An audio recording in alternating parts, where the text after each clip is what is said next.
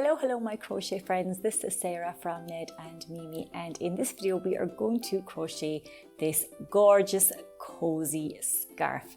So this scarf has a lovely dense thick stitch pattern. It is super snuggly and squishy, and it's really easy too. So once you get past the first few setup rows, you're just going to be repeating the same row for the rest of the scarf. And it's also very easy to customize. You could make it as long or as short or as wide or as narrow as you like. And of course, if you do have a second to like this video and subscribe, that would be absolutely amazing. So before we get started crocheting, let's just take a quick look at the materials that we are going to need. So first up, you are going to need to grab the crochet pattern, and that is available for free on my website nedandmimi.com, and I have linked to it below. Now in this video, I am going to show you exactly how to work the stitch pattern for the scarf, but the pattern is written for multiple sizes, so you're still going to need that just to see how many stitches and rows you need for the size that you want to make. So for this pattern, you will need any weight 4 or worsted weight yarn, and the amount that you'll need will depend on the size that you are making, so do check the crochet pattern for that. And you will also need a 6mm or a J10 crochet hook. And the reason that we're using a slightly larger hook than we normally might for a worsted weight yarn is that this stitch pattern is quite dense and thick, and if we used a smaller hook, our scarf would end up being very stiff. So that's why we're going for the slightly larger one. So for this tutorial, I am going to make the smallest size of scarf that is in my pattern, and that is the child size. So I'm going to start by making a slip knot, and then I'm going to chain 18, and that is for the smallest size scarf. So for the larger ones, you'll be making a longer chain, but really, as long as you chain any even number, you can make the scarf as wide or as narrow as you want.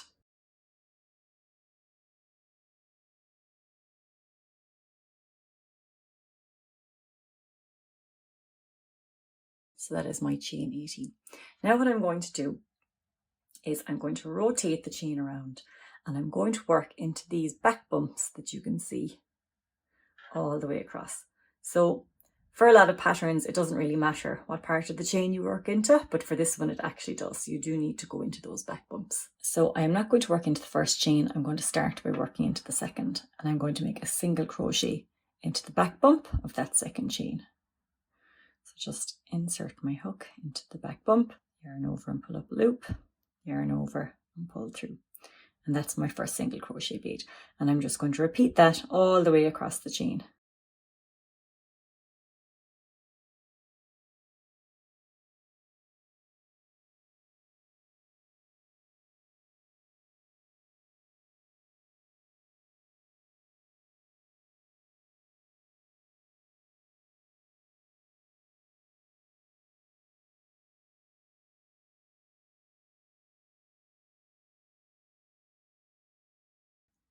So that is row 1 complete. So a very simple row of single crochet stitches. So for row 2, we are just going to start by chaining 1, and this chain does not count as a stitch. Then I'm going to work a single crochet into the first stitch. Now if we just have a look down here at the bottom of the starting chain, you can see that we have the front loop, and then if I rotate it around, we have the back loop. And we have those two loops available to us because we worked into that back bump. So for my next stitch, I'm going to work a single crochet, and in the pattern I've called it a long single crochet because you do have to pull up the loop a little bit higher than normal. So I am going to insert my hook into that front loop of the next chain. So we're going to look at the next stitch and then go into the front loop of the chain directly below that. Then yarn over and pull up a long loop. So that's our long single crochet, and then yarn over and pull through. So that's that first long single crochet made. Now we're going to skip the stitch behind the one that we just made and single crochet into the next stitch. So the third stitch of the row. And then we're just going to repeat that pattern all the way along. So I'm going to look for the next front loop. So the loop directly in front of the 4th stitch. Insert my hook in there, yarn over and pull up a long loop, so my long single crochet, then yarn over and pull through the 2 loops. And again, rotating around, skip that stitch behind the one that we just made and work a single crochet into the 5th stitch of the row. So we'll repeat that pattern all the way along, just alternating each time between a long single crochet in the front loop of the chain and a regular single crochet in the next stitch. Sorry, did not need to yarn over there.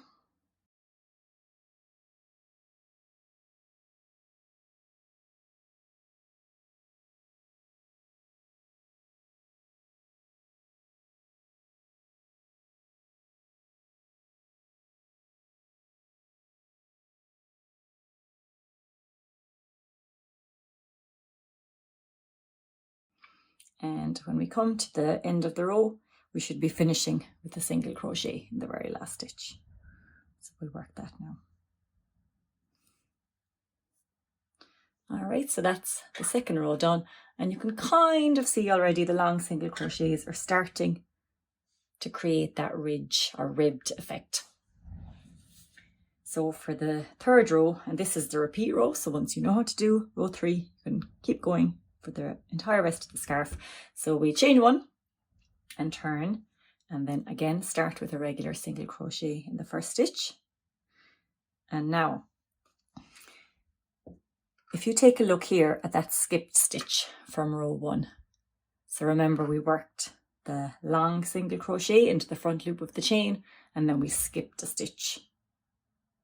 So what we're going to do is work our next single crochet into that skipped stitch, so both loops of the skipped stitch. So I'm going to insert my hook to both loops of that skipped stitch, yarn over and pull up a long loop, so that's my long single crochet, and then pull through. And then, as we did with the previous row, the next stitch is a regular single crochet, followed by another long single crochet in that skipped stitch. And that is it. That is all we have to do to repeat the pattern all the way across that row.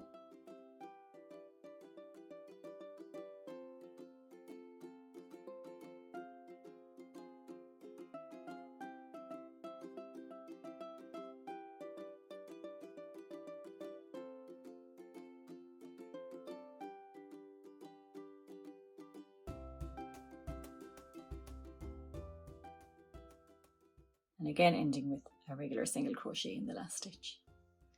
Now, so that's row 3 done. And for the entire rest of the scarf, we just need to repeat that row for as long as you want to make it. So let's just work a few more rows so that you can get a really good picture of how that ribbed effect is going to appear. So single crochet, long single crochet in the skip stitch, single crochet, long single crochet in the skip stitch.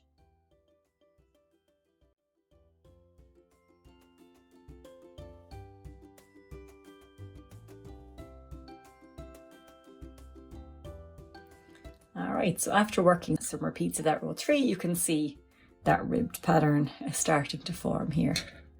And I think it looks great. It has a lovely texture, and all you have to do is keep going. Just keep going till the scarf is as long as you want it to be.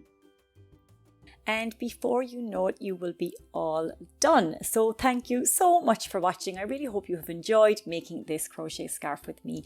And if you do have a second to subscribe, that would be really, really great.